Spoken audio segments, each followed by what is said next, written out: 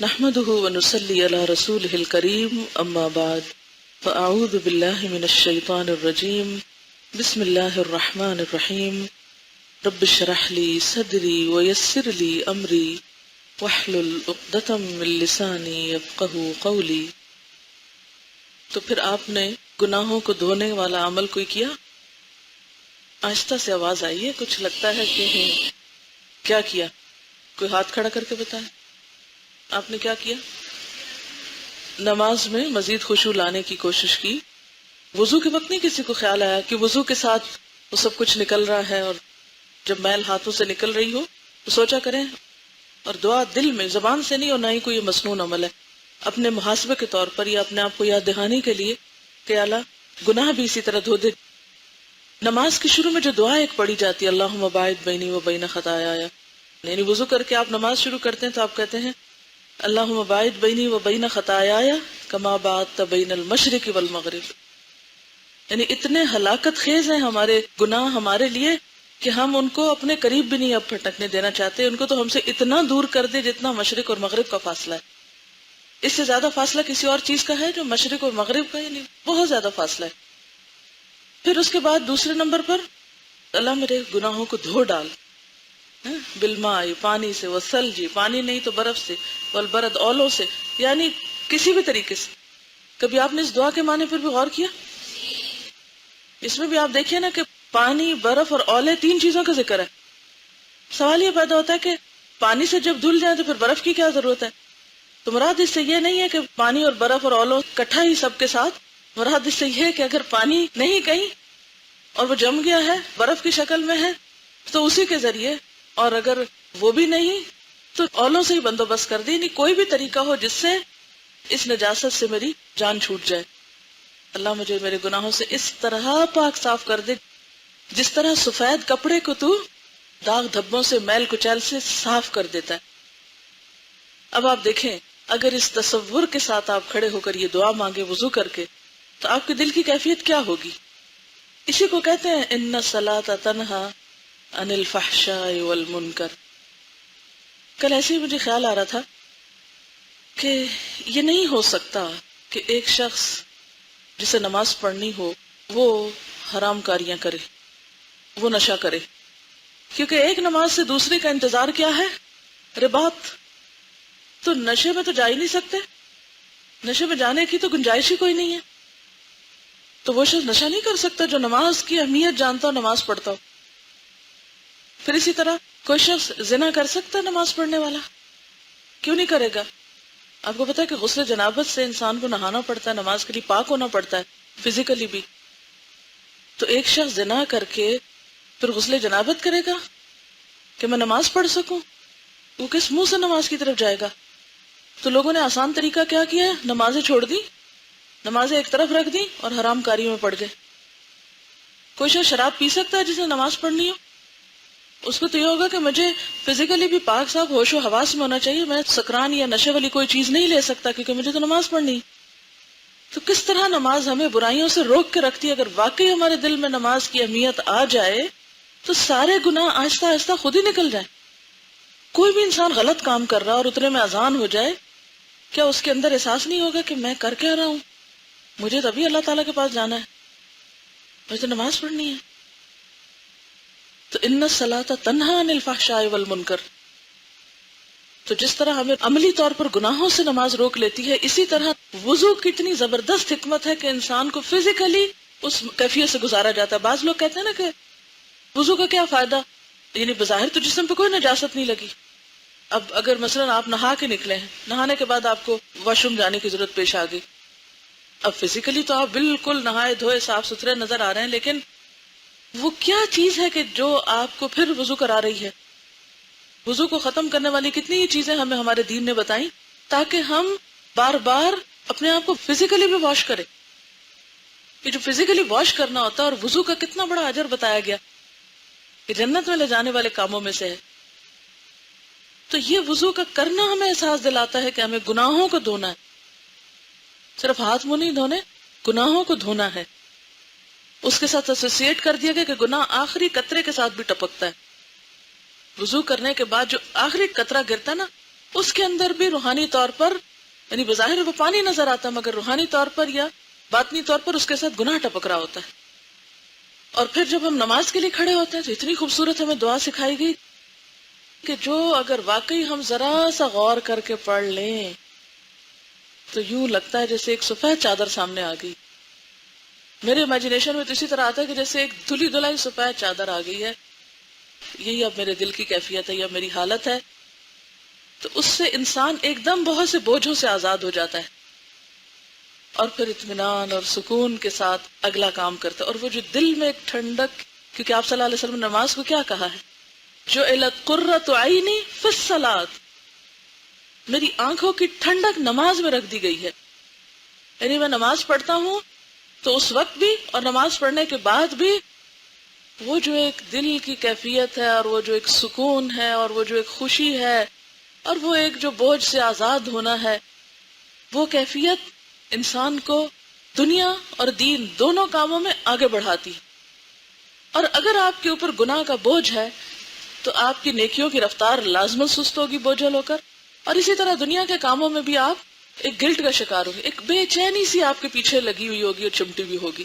اس لیے یہ ہمارے فائدے میں ہے کہ ہم نماز کی پابندی کرتے ہوئے شعور کے ساتھ یہ سارے افعال کریں کہ جس سے ہم واقعی بوجھ سے آزاد ہو جائیں اور ہمارے گناہ ساتھ ساتھ دھلتے جائیں. دنیا میں کوئی ایسا طریقہ ایجاد نہیں ہو سکتا کہ جس سے آپ گناہوں سے بچ سکیں، کیونکہ ہم بہت کمزور لوگ ہیں. کوشش کے باوجود، محنت کے باوجود آپ نہیں بچ سکتے. یہ چمٹے میں ہمارے ساتھ. اب آپ دیکھیے کہ اگر آپ کچھ نہیں کر رہے تو کیا آپ ثواب کر رہے ہیں؟ یعنی مثلاً آپ کا میں کوئی گناہ نہیں کرتی، سب چھوڑ کے میں یہ بیٹھی ہوں. اللہ نے یہ آپ کو جسم و جان، روح، ایمان، یہ سب کچھ بیٹھنے کے لیے دیا. یہ جرم نہیں ہے سب کچھ رکھ کے پھر بیٹھ جائیں آپ؟ یہ بھی تو ایک گناہ ہے. تو اگر ہم کچھ بھی نہ کریں تو بھی ہمیں غلط کام کر رہے ہیں، اور اب کچھ کرتے ہیں تو بھی غلطی ہوتی ہے. چلتے ہیں تو پھسلتے ہیں، ٹھوکریں لگتی ہیں. دونوں حال تو چین کہیں نہیں ہے. میں بہت اس بات پہ سوچتی یا اللہ وہ کون سی جگہ ہو، وہ کیا طریقہ ہو کہ میں اس مشکل سے نکل آؤں. ابھی تک مجھے تو کوئی طریقہ نہیں ملا. جو بھی کام کرتے ہیں وہیں کچھ نہ کچھ گڑبڑ ہو جاتی. پھر حل کیا ہے؟ حل یہی ہے کہ ہم پھر ساتھ ساتھ اینٹی ڈوٹ لیتے رہیں. یعنی ادھر سے غلطی ہوئی اور ادھر سے صفائی، ادھر سے گندگی پڑی ادھر سے دھلائی. یہ ہے حل. تو اس لیے ضروری ہے کہ آپ یہ کتاب اچھے سے پڑھ لیں، گناہوں کو دھونے والے اعمال. چلیے آج ایک اور حدیث آپ کو سناتی ہوں. میں پیج آپ کو بتاتی ہوں کیونکہ ساری کتاب تو میں آپ کو پڑھا نہیں سکتی کیونکہ ٹائم کم ہے، لہذا کچھ چیزیں آپ خود پڑھیں گے اور کچھ میں آپ کو پڑھا دیتی ہوں. اس میں ایک تو 27 پیج پر سمع اللہ لمن حمدہ کا جواب دینے والا. جب امام رکوع سے اپنا سر اٹھاتے وقت سمع اللہ لمن حمدہ کہے تو اس کے جواب میں ربنا لک الحمد یا ولک الحمد دونوں طرح آتا ہے، یہ کہنا چاہیے. اب اگر آپ تنہا نماز پڑھ رہے ہیں تو بھی خود بھی ادا کریں گے، ٹھیک ہے؟ اس کا کیا فائدہ ہے؟ صحیح بخاری کی روایت ہے. اچھا مزے کی بات یہ کہ اس کتاب میں جو بھی روایات آئی ہیں وہ بہت اعلیٰ درجے کی، یعنی اس میں کوئی شک والی بات نہیں ہے، تو تسلی سے آپ عمل کر سکتے ہیں. حضرت ابو ہریرہ رضی اللہ عنہ بیان کرتے ہیں ان رسول اللہ صلی اللہ علیہ وسلم قال اذا قال الامام سمع اللہ لمن حمدہ فقولوا اللہم ربنا لک الحمد فإنه من وافق قوله قول الملائکة غفر له ما تقدم من ذنبه. رسول اللہ صلی اللہ علیہ وسلم نے فرمایا جب امام سمع اللہ لمن حمدہ کہے تو تم اللہم ربنا لک الحمد کہو، اس لیے کہ جس کا یہ کہنا فرشتوں کے کہنے سے مل جائے اس کے اگلے گناہ بخش دیے جائیں گے. جب وہ اللہ کی تعریف کرتا ہے سمع اللہ لمن حمدہ تو فرشتے ساتھ کیا کہتے ہیں؟ ربنا ولک الحمد، یعنی اس کا جواب ہے ایک طرح سے. اب آپ خود بھی پڑھ رہے ہیں، فرشتے بھی پڑھ رہے ہیں. اگر یہ میچ کر گیا، اور کب میچ کرے گا؟ جب آپ منہ میں جلدی سے پڑھ دیں گے. اس کے لیے پھر طریقہ ہی میٹر کرتا ہے نا کہ آپ پڑھ کس طرح رہے اس کو، تو اس میں پھر پچھلے گناہ بخش دیے جائیں گے. تو نماز بذات خود بھی گناہوں کی بخشش کا ذریعہ ہے، اور اس میں مزید کچھ تسبیحات وغیرہ پڑھنا وہ بھی. یہ حدیث آپ اپنے بہن بھائیوں کو، جیسے پہلے میں نے بتایا تھا نا، بچے جو نماز مسجد میں نہیں جاتے پڑھنے، ان کو جب آپ اس طرح کی بات بتائیں تو ذرا شوق اور دلا سکتے ہیں، کیونکہ اس میں لکھا ہے نا کہ اس فضیلت کا حقدار وہی انسان بنتا ہے جو مسجد میں باجماعت نماز ادا کرے. لیکن خواتین کے لیے پسندیدہ نماز ان کے گھر کی نماز ہے، لہٰذا اگر وہ خود پڑھیں گی تو انشاءاللہ وہ بھی محروم نہیں رہیں گی. لیکن شرط ہے کہ اچھی سے نماز پڑھی جائے. اس حدیث سے اس بات کا بھی پتہ چلا کہ فرشتے نماز کے وقت موجود ہوتے ہیں، تو آپ اکیلے نہیں ہوتے اس وقت، اور نماز پڑھنے والوں کے ساتھ تسبیح اور تحمید میں شریک ہوتے ہیں.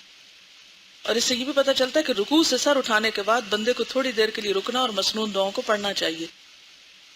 یعنی رکوع کر کے کھڑے ہو کے ذرا سا ٹک جائیں، یہ نہیں کہ سمع اللہ لمن حمدہ اٹھتے ہوئے اور ربنا ولک الحمد سجدے میں جاتے ہوئے. عام طور پہ ہم ایسی نماز پڑھتے ہیں جلدی میں، سمع اللہ لمن حمدہ کہتے ہوئے کھڑے ہوں، ذرا رک جائیں، ربنا ولک الحمد حمدا کثیرا طیبا مبارکا فیہ. اس تسبیح کی بھی بہت فضیلت ہے، کیونکہ نماز بخشش کا ذریعہ کب بنتی ہے؟ جب بندہ اس میں اللہ تعالیٰ کی خوب حمد و ثنا بیان کرتا ہے. تو یہ بھی مقام ہے حمد و ثنا بیان کرنے کا. تو اگر آپ یہ تسبیح جانتے ہو، کیونکہ ایک دفعہ کسی صحابی نے آپ کے پیچھے یہ تسبیح پڑھی نماز کے اندر، سلام پھیرنے کے بعد آپ نے پوچھا کہ میں نے دیکھا کہ 30 سے زیادہ فرشتے اس تسبیح کو لینے کے لیے لپکے ہیں، یعنی انہیں اتنی پسند آئی ہے. کیونکہ فرشتے خود بہت تسبیح کرتے ہیں نا اللہ کی. سب سے پسندیدہ کام فرشتوں کا کیا ہے؟ اللہ تعالیٰ کی تسبیح کرنا. جیسے پہلے پارے میں بھی آتا ہے، نحن نسبح بحمدک ونقدس لک. یعنی فرشتوں کے اور بہت سے کام ہیں، لیکن ان کا پسندیدہ ترین کام کیا ہے؟ آپ کو پتہ نہیں، فرشتے کائنات کے انتظام پہ مامور ہیں، بارشوں کے برسانے کے اور جان نکالنے کے اور بہت سے بے شمار کام ہیں ان کے. لیکن انہوں نے اپنا سب سے پسندیدہ کام وہاں ذکر کیا، نحن نسبح بحمدک ونقدس لک. تو وہ تسبیح کرتے ہیں، اور یہاں بھی تسبیح کے وقت خاص طور پر جواب دے رہے ہوتے ہیں. اور پھر وہ تسبیح جو ہے حمدا کثیرا طیبا مبارکا فیہ، یہ فرشتوں کی پسندیدہ ترین تسبیح تھی. 30 سے زائد فرشتے آگے لپک کے اس کو اٹھانے لگے. تو اس کو بھی اگر آپ پڑھ سکیں تو زیادہ اچھا ہے. یہ پڑھ لیں تو جب اللہ اکبر کہیں تو نیچے جائیں. ٹھیک ہے؟ دیکھیے نماز میں خشوع کرنے کا ایک بہترین طریقہ کیا ہے کہ ہر سٹیپ کے بعد ذرا سا رک جائیں کہ آپ کے جسم کی حرکت ختم ہو جائے، پھر اگلا سٹیپ ادا کریں. پھر جمعے کی فضیلت پر ہے، یہ بھی آپ اپنے جو مرد حضرات ہیں ان کو بتا سکتے ہیں. 35 صفحے پر آخری حدیث ہے، چونکہ پیچھے ہم اس سے ملتی جلتی حدیث پڑھ چکے ہیں، لیکن اس میں ایک نئی بات ہے جو آپ سے کرنا چاہوں گی. حضرت ابو ہریرہ رضی اللہ عنہ بیان کرتے ہیں، ان رسول اللہ صلی اللہ علیہ وسلم قال الملائکۃ تصلی علی احدکم ما دام فی مصلاہ الذی صلی فیہ ما لم یحدث تقول اللہم اغفر لہ اللہم ارحمہ. یہ بھی بخاری کی روایت ہے. رسول اللہ صلی اللہ علیہ وسلم نے فرمایا، فرشتے اس شخص کے لیے دعا کرتے رہتے ہیں جو اپنی نماز کی جگہ میں جہاں اس نے مسجد میں نماز پڑھی بیٹھا رہے جب تک کہ وہ بے وضو نہ ہو. یعنی سلام پھیرنے کے بعد اگر آپ بیٹھ کے تسبیحات کر رہے ہیں، دعا مانگ رہے ہیں، اللہ کا ذکر کر رہے ہیں، اپنا محاسبہ کر رہے ہیں، وہیں بیٹھ کے قرآن پڑھنا شروع کر دیتے ہیں. ٹھیک ہے، ہر نماز کے بعد تو ممکن نہیں، لیکن بعض نمازوں کے بعد آپ اپنے گھر میں کام میں روٹین میں چھٹی کے دن زیادہ دیر بھی بیٹھ سکتے ہیں. تو نماز کی جگہ پر بیٹھ کر جب تک آپ بے وضو نہیں ہوتے تو اس وقت تک فرشتے آپ کے لیے دعا کرتے رہتے ہیں، اللہم اغفر لہ اللہم ارحمہ، اللہ اس کو بخش دے اور اس پہ رحمت کر. تو ہم سب کتنے محتاج ہیں اللہ کی رحمت کے. لیکن عام طور پہ ہم کیا کرتے ہیں، ادھر سلام پھیرا اور ابھی دوسرا سلام تو پورا نہیں ہوتا کہ ہم بھاگ کھڑے ہوتے ہیں. جیسے وہ کبھی آپ نے ٹیلی ویژن پر نماز دیکھی ہوگی، حرم سے نماز آتی ہے جو، کبھی اگر آپ نے غور کیا ہو، میں عام طور پہ فجر کی نماز دیکھتی ہوں، تو اس میں ہوتا کیا ہے، جن لوگوں نے حجر اسود کو بوسہ دینا ہوتا ہے نا، ابھی امام السلام علیکم ورحمۃ اللہ کر رہا ہوتا ہے اور وہ جلدی سے کر کے دوڑ رہے ہوتے ہیں کہ ہم پہلے پہنچ جائیں، اور وہ جو پیچھے مکبر ہوتا ہے وہ تو ابھی اس کے سلام تو چل ہی رہے ہوتے ہیں اور لوگ پہنچ چکے ہوتے ہیں وہاں. تو بعض اوقات ہمارا بھی حال یہی ہوتا ہے کہ ہم دنیا کی طرف اسی طرح ادھر سلام پھیرا نہیں اور ادھر دوڑ لگا دی، مصلی سے فوراً اٹھ کے ادھر ادھر کے کاموں میں مشغول ہو گئے. تو کوشش کیا کریں، الا یہ کہ آپ کے جسم میں کوئی تکلیف ہے. جیسے خواتین بزرگ ہو جاتی ہیں تو پھر بعض اوقات ان کا فرش پہ بیٹھنا بہت دوبر ہو جاتا ہے. اس لیے میں جوان بچیوں سے کہوں گی کہ اس وقت سے فائدہ اٹھا لیں، اس عمر کو پہنچنے سے پہلے کہ جس میں آپ کے لیے زمین پہ بیٹھنا دوبر ہو جائے. کتنی بہنیں ایسی ہیں، خصوصاً خواتین میں نے یہ دیکھا ہے کہ ایک سرٹن ایج پہ پہنچ کے ان کے لیے فرش پہ بیٹھنا محال ہو جاتا ہے. ہڈیاں ایسے دکھنے لگتی ہیں، گھٹنوں کی ایسی تکلیفیں شروع ہو جاتی ہیں، جسم میں ایسی دردیں شروع ہو جاتی ہیں کہ بیچاری اس جگہ بیٹھ ہی نہیں سکتی، لا محالہ اٹھنا پڑتا ہے. اب ظاہر ہے کہ عمر کے ساتھ ساتھ یہ مواقع پھر کم ہوتے جاتے ہیں نا، نیکیوں کی دوڑ بھی سست ہو جاتی ہے، اس طرح نہیں ہو سکتی. کیونکہ اکثر بچوں کو جب کہا جاتا ہے نا کہ اس عمر میں اچھے کام کرو، کہتے ہیں لو آپ نے اپنی تو ساری زندگی اور کاموں میں گنوا دی، ہمیں کہتے ہیں ابھی سے کرو. میں کہتی ہوں کہ یہ کیا عجیب بات کر رہے ہیں یہ بچے، یہ شکر نہیں کرتے کہ انہیں جلدی پتہ چل گیا. انہیں تو کہنا چاہیے شکر ہے آپ کو لیٹ پتہ چلا اور ہمیں جلدی پتہ چل گیا، ہم لکی ہیں. یہ کہنے کی بجائے الٹا کہتے ہیں کہ لو آپ نے تو اتنی زندگی گمراہی میں گزاری اور ہمیں آپ کہتے ہیں ابھی سے کرو. کہ نیکیوں میں جلدی کرنے کو آپ ایک عیب کا کام سمجھتے ہیں، اپنی شان کے خلاف سمجھتے ہیں. شکر کیوں نہیں کرتے کہ آپ خوش قسمت ہے پہلے پتہ چل گیا. اگر دنیا کی کسی چیز کا اگر ماں باپ کہنا کہ ہمارا بزنس تو وہ آفٹر 40 اتنا فلرش کیا تھا اور تم تو 20s میں یہ لے بیٹھے ہو، تو وہ آپ کہیں گے بہت لکی ہیں ہم کہ ہمیں 20s میں اتنا کچھ مل گیا جو ماں باپ نے 40s میں جا کے کمایا. دنیا کے لیے تو الٹے پیمانے ہیں ہمارے، لیکن دین کی بات ہو تو کہتے ہیں آپ تو 40 سال کے بعد یہ کر رہی تھی اور ہمیں کہتی ہیں 20 سال میں ہی کر لو. انتہائی ناسمجھی کی بات ہے، لیکن ظاہر ہے کہ ابھی ان کی ایج ایسی ہے کہ ان کو اتنی سمجھ نہیں آتی. مگر آپ طریقوں اور دلیلوں سے تھوڑا تھوڑا پیار سے، محبت سے، لاڈ سے سوچ بدل سکتے. اصل بات ہوتی ہے انسان کی سوچ بدلنا. اگر آپ اس میں کامیاب ہو جاتے ہیں تو پھر گھر والوں سے کچھ بھی کرانا مشکل نہیں ہوتا. ہم بعضوں کا چیزوں کو صرف ٹھوستے ہیں، یہ کرو یہ نہ کرو، یہ کرو یہ نہ کرو، پھر وہ اکتا جاتے ہیں ہم سے کہ یہ نہ نظر آئے ہمیں کہیں. تو اگر آپ ان کے ساتھ کنورسیشن کریں، ڈسکشن کریں، پوچھیں اور پھر آخر پہ جا کے ان کو فورس کریں تو وہ تو ٹھیک ہے. تو بہرحال بات یہ ہے کہ آپ لوگ اس ایج میں اگر ممکن ہو دن میں ایک نماز میں، ہفتے میں ایک دن اس عمل کو اپنی زندگی کا خاصہ بنا لیں کہ نماز کے بعد کچھ دیر مصلی پہ بیٹھ کے فرشتوں سے دعائیں لینی. اچھا اب آپ دیکھیں کہ ہم ہر وقت تلاش میں رہتے ہیں، کوئی نیک بندہ ہمیں ملے تو ہم اسے کہیں کہ تم ہمارے لیے دعا کرو. اس کو کہتے ہیں دعا کرو، اس کو کہتے ہیں، پھر اس سے وعدے لیتے ہیں اور اس کے اوپر بوجھ ڈالتے رہتے ہیں. اور اس بیچارے کے پاس اپنے لیے مانگنے کا بعض اوقات وقت نہیں ہوتا، دوسروں کے لیے کیا مانگے گا. اور ادھر فرشتے انتظار میں بیٹھے ہیں کہ تم ذرا خود مصلی پہ بیٹھو نا، ہم بھی تمہارے لیے دعا کرتے ہیں. اس کے لیے ہم تیار نہیں ہیں. اور اس کی بنیادی وجہ ہمیں خود بھی نہیں پتا کہ وہ ہمارے لیے کس وقت کون دعا کر سکتا ہے. تو فرشتوں کی دعا کا مستحق ہوتا ہے وہ شخص جو خود نماز پڑھ کے مصلی پہ بیٹھ جائے کچھ دیر. تو اس میں جلدی نہ کیا کرے، بہت دیر بھی نہ لگائے کہ گھر والے تنگ آ جائیں، لیکن اپنا ایک خاص وقت بنائیں، ہر کام کا ایک پرائیویٹ ٹائم جب لوگوں کو آپ کی ضرورت نہ ہو. ٹھیک ہے نا؟ مثلاً اگر فجر کے وقت گھر والے سو رہے ہیں، آپ علی اٹھ کے تو آرام سے بیٹھے ہوئے ہیں، یا مغرب کے بعد یا عشاء کے بعد بچے سو گئے، آپ نے نماز پڑھی اور آپ نے جو کچھ کرنا ہے ادھر مصلی پہ بیٹھ کے ہی کر لیں. یعنی اپنی دعائیں وہیں بیٹھ کے کر لیا کریں، قرآن پاک رکھ لیں، کوئی بک رکھ لیں، وٹ ایور. لیکن جب تک آپ اس مصلی پہ بیٹھے ہیں فرشتے آپ کے لیے دعائیں کر رہے ہیں. انجوائے کیا کریں. ہم تو اب کچھ اور کر رہے ہیں اور فرشتے ہمارے لیے دعا کر رہے ہیں. اپنا لیسن بیٹھ کے یاد کر لیا کریں، کچھ بھی، اینی تھنگ. تو کم از کم روز ایک دفعہ، اتنا نہ ہو تو ہفتے میں ایک دن، چھٹی کے دن یا کوئی ایک دن جس میں آپ ذرا زیادہ دیر مصلی پہ بیٹھ جائیں. ٹھیک ہے؟ پھر اسی طرح یہ بھی بڑی خوبصورت ہے 39 پیج پہ 100 مرتبہ سبحان اللہ کہنا. عن ابی ہریرہ رضی اللہ عنہ ان رسول اللہ صلی اللہ علیہ وسلم قال من قال سبحان اللہ وبحمدہ فی یوم 100 مرۃ حطت خطایاہ وان کانت مثل زبد البحر. یہ بھی بخاری کی روایت. حضرت ابو ہریرہ رضی اللہ تعالی عنہ سے روایت ہے کہ رسول اللہ صلی اللہ علیہ وسلم نے فرمایا، جو شخص دن میں 100 مرتبہ سبحان اللہ و بحمدہ کہے اس کے گناہ مٹا دیے جاتے ہیں، خواہ وہ سمندر کی جھاگ کے برابر ہی کیوں نہ ہو. اور سمندر کی جھاگ کے چھوٹے چھوٹے گناہ، جیسے آپ صلی اللہ علیہ وسلم نے حضرت عائشہ سے فرمایا تھا نا، عائشہ چھوٹے چھوٹے گناہوں سے بچتی رہنا، ورنہ وہ کیا کرتے ہیں، وہ ایک ڈھیر بن کے جلا ڈالتے ہیں، یعنی زیادہ ہلاکت خیز ہو جاتے ہیں.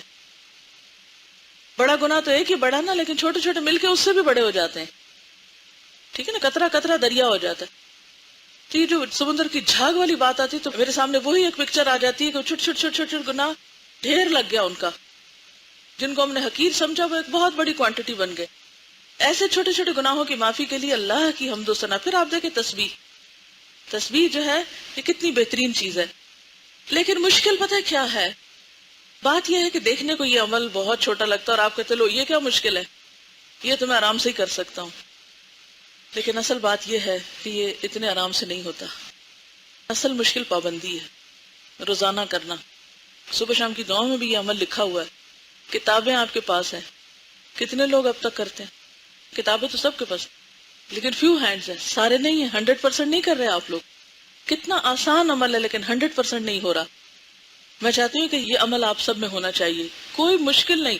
اگر آپ ایک دن بیٹھ کے سبحان اللہ و بحمدہ سبحان اللہ و بحمدہ کو 100 دفعہ گنے تو 2-3 منٹ سے زیادہ نہیں لگتے. تو 24 گھنٹوں میں 2-3 منٹ نہیں اپنے گناہ معاف کرانے کے لیے.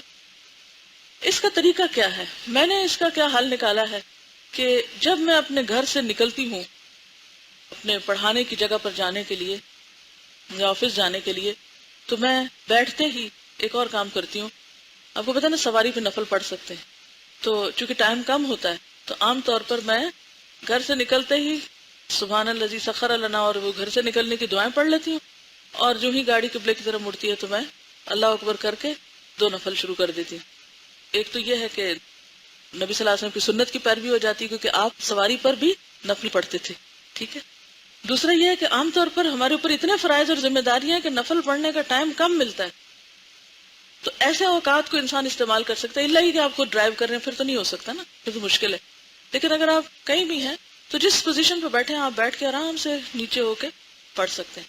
اچھا، پھر تیسری بات یہ کہ جو ہی نفل ختم ہوتے ہیں تو میں تسبیح لے کے یہ تسبیح پوری کر لیتی ہوں.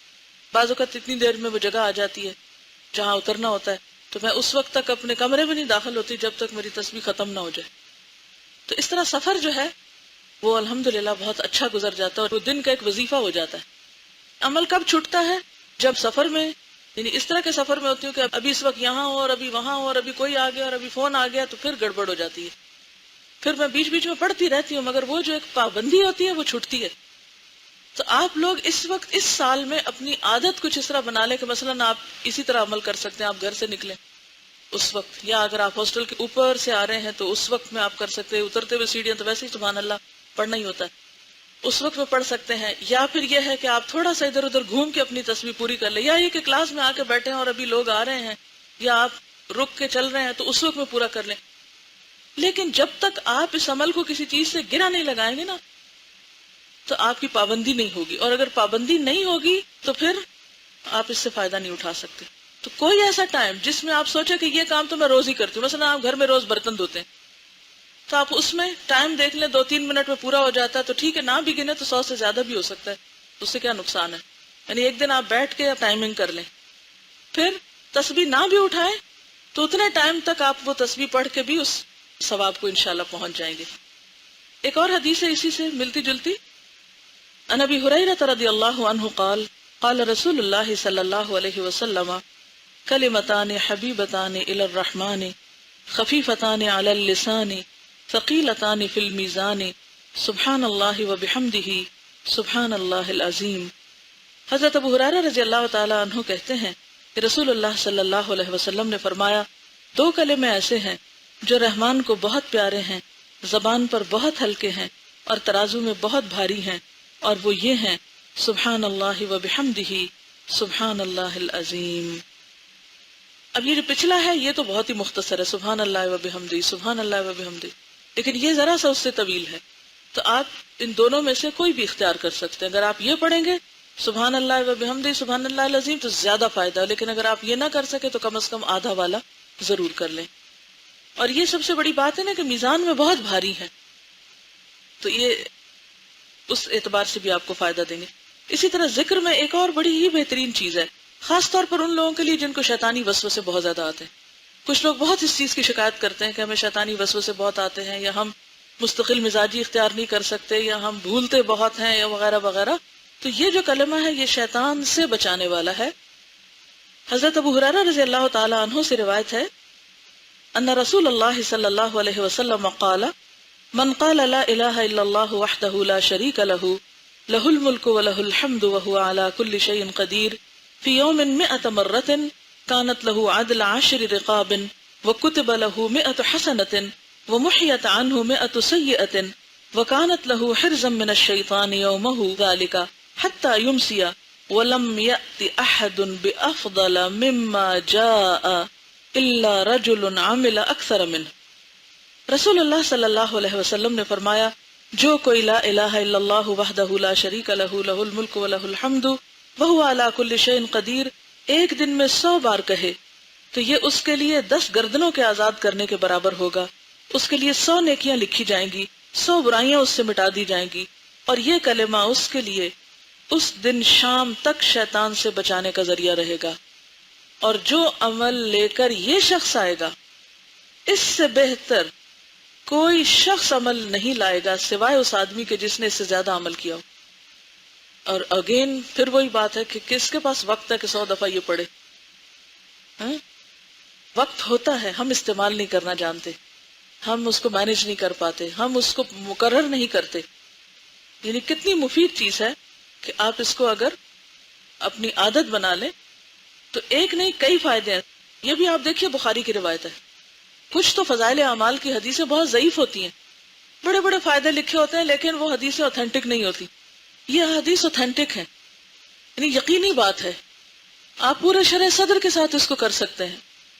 تو اس میں نمبر 1 10 غلام آزاد کرنے کا ثواب، نمبر 2 100 نیکیوں کا لکھا جانا، پھر نمبر 3 100 برائیوں کا مٹنا، اور نمبر 4 صبح سے شام تک شیطانی حملوں سے حفاظت، اور شیطان کی اکساہٹیں، وسوسے، اس کا بھلوانا، جو بھی کچھ شیطان دشمنی میں کرتا ہے، لوگوں کے درمیان فساد پھیلانا، ڈرانا، خوف دلانا۔ آپ کو پتہ ہے کبھی آپ قرآن پاک کی روح سے دیکھیں کہ شیطان کیا کیا کرتا ہے؟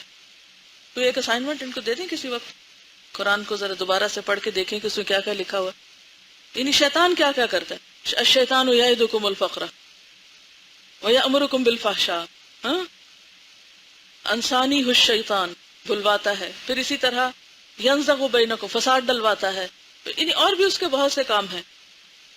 شاید شیطان کے ہتھ کنڈوں میں کچھ چیزوں کا ذکر بھی ہو، مجھے نہیں اب یاد کیونکہ 5 سال ہو گئے اس لیکچر کو۔ تو اینی ہاؤ اب شیطان کے جتنے بھی وار ہیں ان سارے واروں سے یہ کلمہ آپ کو انشاءاللہ محفوظ رکھے گا۔ یعنی آپ کے اندر ایک ایمان کی ایسی طاقت ہوگی شیطان آپ کے اوپر آ نہیں سکتا۔ اور یہ جو لوگ یہ شکایت کرتے ہیں ان کو جن چمٹے میں اور معلوم نہیں کون کون ان کے پاس آتا ہے اور جاتا ہے، ان سب کو بھی اس سے خلاصی ہو سکتی ہے۔ یعنی جو اس قسم کی گفتگو فرمائے ان کو بھی یہ نسخہ بتایا کریں کہ آپ یہ عمل کریں اور پھر بتائیں، کیونکہ نبی صلی اللہ علیہ وسلم کی بات سے بڑھ کر سچی بات کس کی ہو سکتی ہے؟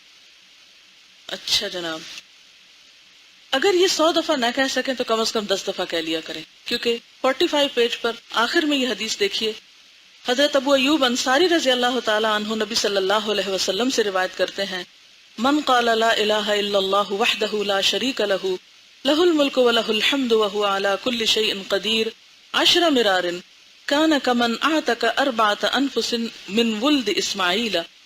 یہ صحیح مسلم کی روایت ہے، جو شخص 10 مرتبہ یہ کلمہ کہے لا الہ الا اللہ وحدہ لا شریک لہ لہ الملک ولہ الحمد وہو علی کل شیء قدیر، وہ اس شخص کی طرح ہوگا جس نے اسماعیل علیہ السلام کی اولاد سے 4 شخص آزاد کیے۔ یعنی اس کا صرف اتنا فائدہ ہے اگر 10 دفعہ پڑھے، لیکن اگر آپ کسی بھی طرح اپنے آپ کو پابند کر سکیں، اور اس ایج میں تو آپ کے اوپر کوئی بہت بڑے مسئلے مسائل نہیں ہیں، گھر جاتے وقت واپسی پہ اگر آپ یہ باندھ لیں، ایک تسبیح کر لیں، آتے وقت سبحان اللہ و بحمدہ کر لیں اور جاتے وقت لا الہ الا اللہ وحدہ کی کر لیں، اور اگر ایک دن آپ ٹائمنگ کر لیں، مثلا آپ خود ڈرائیونگ کر رہے ہیں تو آپ کو پتا ہوگا اتنے منٹ میں گھر آتا ہے اور اتنے منٹ میں پڑھ کے یہ کلمہ 100 دفعہ ہو جاتا ہے، تو پھر بھی اس سے آپ کو فائدہ ہوگا۔ اسی طرح نماز کے بعد جو تسبیحات پڑھی جاتی ہیں اس میں 33 مرتبہ سبحان اللہ، 33 مرتبہ الحمدللہ، 33 مرتبہ اللہ اکبر کہنا، اور 100 کی تعداد پوری کرنے کے لیے لا الہ الا اللہ وحدہ لا شریک لہ لہ الملک ولہ الحمد وہو علی کل شیء قدیر پڑھنا، اس کی ساری خطائیں معاف کر دی جائیں گی، اگرچہ وہ سمندر کی جھاگ کے برابر ہی کیوں نہ۔ اب آپ دیکھیں کتنی آپشنز آپ کو دی جا رہی، آپ ایک کام کر لیں، وہ نہیں کر سکے دوسرا کر لیں، وہ نہیں کر سکے تیسرا کر لیں، لیکن کچھ نہ کچھ تو کریں۔ خوش قسمت ہے وہ جن کو یہ سب کرنے کی توفیق ہو جائے، کیونکہ یہ توفیق کی بات ہے، مشکل نہیں ہے، بہت ٹائم نہیں لگتا. ٹائم مینج کرنا خود سیکھیں، کیونکہ ذکر جو ہے وہ الذین یذکرون اللہ قیاما وقعودا وعلی جنوبہم، تینوں حالتوں میں کیا جا سکتا ہے، کھڑے بھی، بیٹھے بھی، لیٹے بھی. آپ کام کر رہے ہیں، آپ کچھ بنا رہے ہیں، صفائی کر رہے ہیں، کچھ بھی کرتے ہوئے آپ ذکر کر سکتے ہیں. صرف یہ ہے کہ آپ کو باندھنے کی اور پابندی کی ضرورت ہے.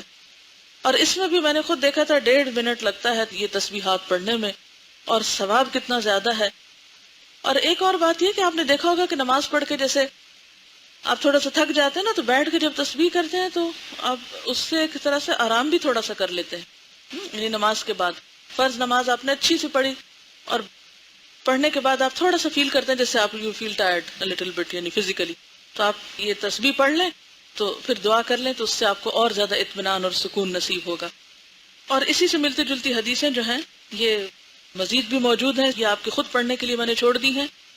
اور اس میں خاص طور پر رات کے وقت سوتے وقت اگر یہ تسبیحات پڑھی جائیں، خصوصاً تھکاوٹ کے بعد، آپ بہت تھک گئے ہیں، آپ کو نیند نہیں آ رہی، آپ تسبیح پڑھنا شروع کریں، پوری ہونے سے پہلے ہی سو جائیں گے. میں نے اکثر ہی تجربہ کیا، ایسا سکون آتا ہے کہ پتہ نہیں چلتا کتنی پڑھی گئی اور کتنی نہیں.